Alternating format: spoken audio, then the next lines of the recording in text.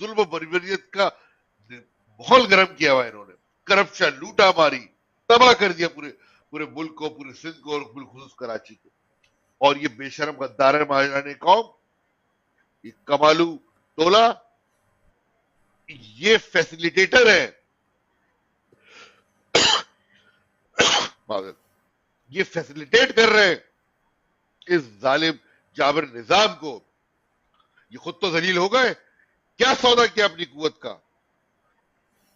وہ جماعت جو 55 ایم پی اے، 25 ایم این اے، 8 سینیٹر اور تمام سندھ کے شہری اضلاعوں میں تمام آپ کے میئر، ڈپٹی میئر، بلدیاتی نمائندگان، بہترین نظام، لوگوں کے ایک انسانی خدمت کا درس.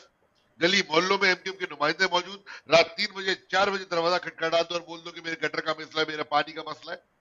اس پورے نظام کو درم برم کیا. اور آج آپ دیکھ رہے ہیں نا، آج آپ دیکھ رہے ہیں کہ جو ہے کل ایک ویڈیو وائرل ہو رہی تھی کہ ناظرہ کی گاڑیاں جو ہیں وہ غیر مقامیوں کے شناختی کارڈ بنا رہی ہے پیپلز پارٹی کی سربراہی میں. تو آج مہاجر قوم کو اقلیت میں دھکیلا جا رہا ہے. یہ آج اس انداز میں قوم کا استحصال کینے کی کوشش کی جا رہی ہے جس کی مثال ماضی میں کبھی نہیں ملتی، اتنی پیار ہے. اور یہ تمام غداران قوم اس ایجنڈے میں شامل ہے. تو میں آج کی اس ویڈیو بریفنگ کے توسط سے اپنی مہاجر قوم سے، اپنی قوم سے میں دربستہ گزارش کروں گا کہ خدا را ہوش کے ناخن لیں.